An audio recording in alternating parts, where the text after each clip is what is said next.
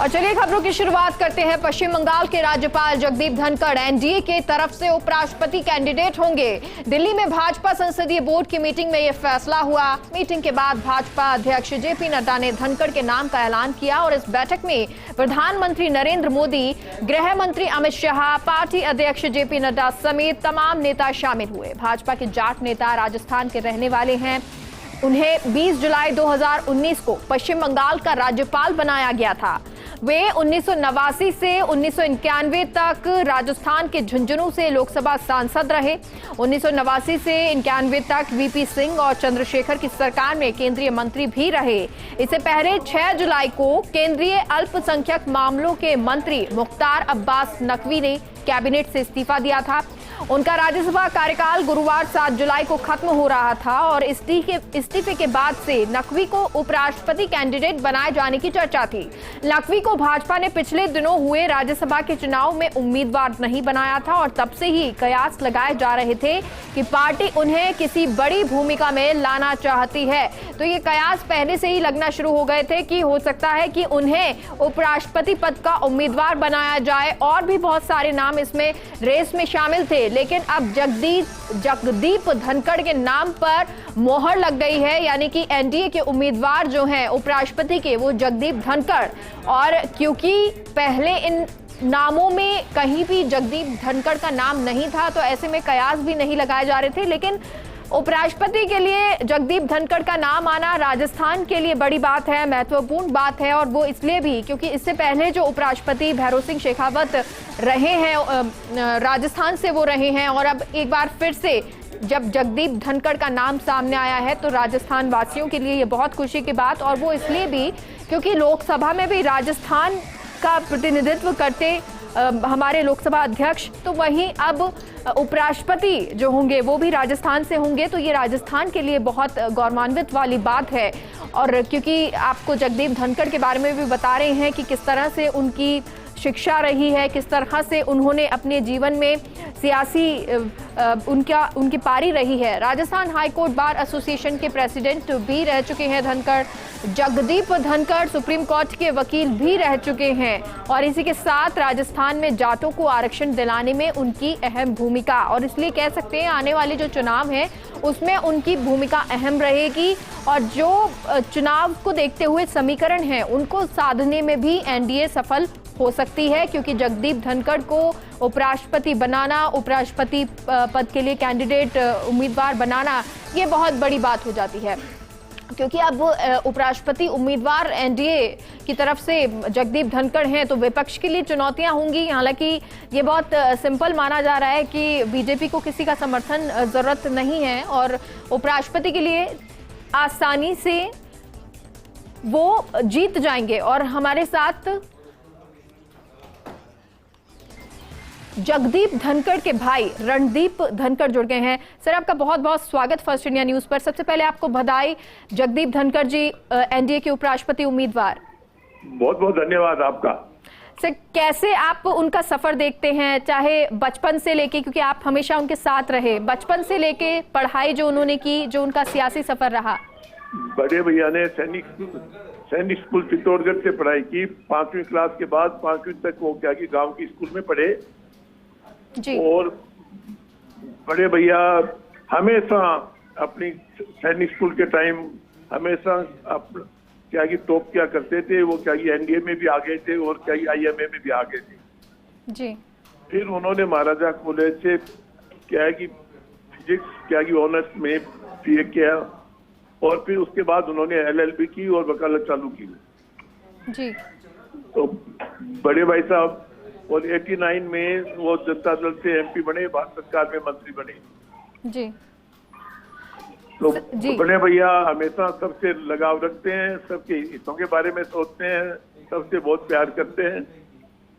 बिल्कुल सर। और क्योंकि देखिए जब पश्चिम बंगाल के राज्यपाल वो हैं, तो ऐसे में देखा भी किस तरह से वो जनता से जुड़ते हैं, उनके पास जाते हैं। ये लगाव उनका हमेशा रहा है।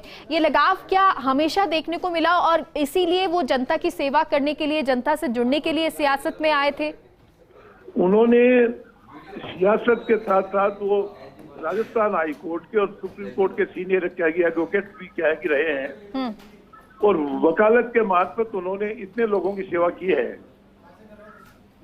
जी जी सर, क्योंकि देखिए राजस्थान से वो हैं, भाई हैं, और घर में अब बहुत खुशियां होंगी इस वक्त। किस तरह की तस्वीरें घर में? बहुत खुशियां हैं, सब लोग क्या कि मिलने जुलने वाले आ रहे हैं, एक दूसरे को मिठाई खिला रहे हैं। घर में बहुत खुशी का माहौल है। सर, आपने बधाई दी उनको? परिवार में बधाई देना क्या, वो तो क्या अज्यूम किया जाता है। जी। बधाई क्या कि हमको मिल रही है। अभी तो जब से उनका नाम अनाउंस हुआ है मेरा टेलीफोन खाली नहीं हुआ है। बात हो पाई है सर आपकी अभी? बात मैं जब चाहूंगा तब कर लूंगा। अभी तो भाई साहब के पास भी बहुत फोन क्या ही आ रहे होंगे, तो ये कोई मौका नहीं है। जी बिल्कुल, लेकिन परिवार में बहुत खुशी है, चाहे क्योंकि वो देखा भी है जब भी वो जयपुर आते थे तो आपके यहाँ सबसे पहले जाते थे और उसके बाद कोई भी कार्यक्रम जो होते थे उनमें वो शिरकत करते थे। तो आप लोगों का भी एक लगाव हमेशा रहा है। जब भी वो आते थे किस तरह की आप लोगों की बातचीत रहती थी? क्या वो इस तरह की बातचीत करते थे कि जनता से जुड़ने के लिए मैं और भी काम अब आगे करता रहूंगा? वो क्या ये बच्चों को भी साथ बिठाते थे, सबके साथ बैठ के फोटो खिंचाते थे, सबको प्यार करते थे। हमको कहते थे कलकत्ता आओ, दार्जिलिंग आओ। और उनका 2-4 दिन बाद में हर रात को तो एक फोन क्या ही आता ही था जी कि आप कैसे हो, क्या हो। बिल्कुल सर, क्योंकि उनका परिवार से, गांव से, रिश्तेदारों से बहुत लगाव है। जी बिल्कुल, और जयपुर क्योंकि उनका आना जाना लगा रहता था, और क्योंकि अब उनको ये नई जिम्मेदारी मिलेगी, अभी उम्मीदवार उनको बनाया गया है, ऐसे में जरूर जयपुर तो वो आएंगे। अब कब जयपुर आने का उनका कार्यक्रम बनेगा? क्या कोई पहले इसको लेकर बातचीत हुई कि चलिए एक बार फिर से जयपुर चलते हैं, या कोई कार्यक्रम इस तरह की बातचीत? ये बात तो क्या कि बाद में होगी ना, जब तक अभी तो हम सब लोगों के ये बहुत ही बड़ा क्या कि सरप्राइज है। जी हाँ सर, क्योंकि पहले वो लॉ से जुड़े हैं, कानून से जुड़े रहे, कानून से राजनीति में जाने का उनका विचार किस तरह से बना? क्योंकि आप बचपन से जानते हैं, तो क्या उनका हमेशा इस तरफ विशेष रुचि रही थी, या उन्होंने सोचा कि कानून से अब राजनीति की तरफ रुख करते हैं, जनता की सेवा करते हैं? राजनीति में जाने का कोई विचार नहीं था। वो अपनी वकालत में इतने क्या कि मशगूल थे। वो तो 89 में चौधरी देवीलाल जी हमारे मकान पे आए, उन्होंने कहा कि तू बहुत बड़ा वकील है, तेरे को मैं MP बनाना चाहता हूँ। और देवीलाल जी के कहने से वो राजनीति में आए। जी सर, क्योंकि वो बड़े हैं घर के, और बहुत मोटिवेशन, जैसे आपने कहा, बच्चों से भी बात करते हैं, उनको मोटिवेट भी करते हैं। कौन सी ऐसी खास बातें उनकी जो हमेशा जब भी वो आपके पास आते हैं, आप छोटे भाई, तो ऐसे में भी आपको भी वो मोटिवेट करते हों? बिल्कुल करते हैं। बिल्कुल वो पूरे परिवार को मोटिवेशन देते हैं, बिल्कुल देते हैं। जी चलिए। जी, और वो हमेशा एक ही बात बोलते हैं जी कि कभी भी कोई अनलॉफुल काम बिल्कुल मत करो। वो हमेशा ये कहते हैं कि कानून की पालना करनी चाहिए। जी चलिए, बहुत बहुत शुक्रिया सर हमसे जुड़ने के लिए। तो जगदीप धनखड़, उनके भाई रणदीप धनखड़, जिनसे ये बातचीत, और उनका ये कहना कि जब परिवार का एक सदस्य इतना ऊंचाइयों पे जाता है तो बहुत खुशी होती है। और आज हमारा परिवार भी बहुत खुश है, हमें भी फोन आ रहे हैं, उनको भी बहुत सारे फोन आ रहे होंगे। हालांकि अभी बात नहीं हुई है, क्योंकि वो तो हमारे परिवार के सदस्य ही हैं, भाई हैं, उनको हम कभी भी बधाई दे देंगे। लेकिन हमारे परिवार के लिए, हम सब के लिए ये बहुत खुशी की बात है कि उन्हें उम्मीदवार बनाया गया है। और क्योंकि उनकी हमारी हमेशा से ये सोच रही कि वो जनता के बीच जाएं, लोगों के लिए कुछ ना कुछ करें, इसलिए वो हमेशा हमें मोटिवेट भी करते रहे हैं। वकील वो थे, लेकिन उसके बाद किस तरह से उनका जो रुख है वो सियासत की तरफ हुआ, राजनीति की तरफ हुआ, और धीरे धीरे वो आगे बढ़ते हुए आज उपराष्ट्रपति पद के लिए वो उम्मीदवार हैं।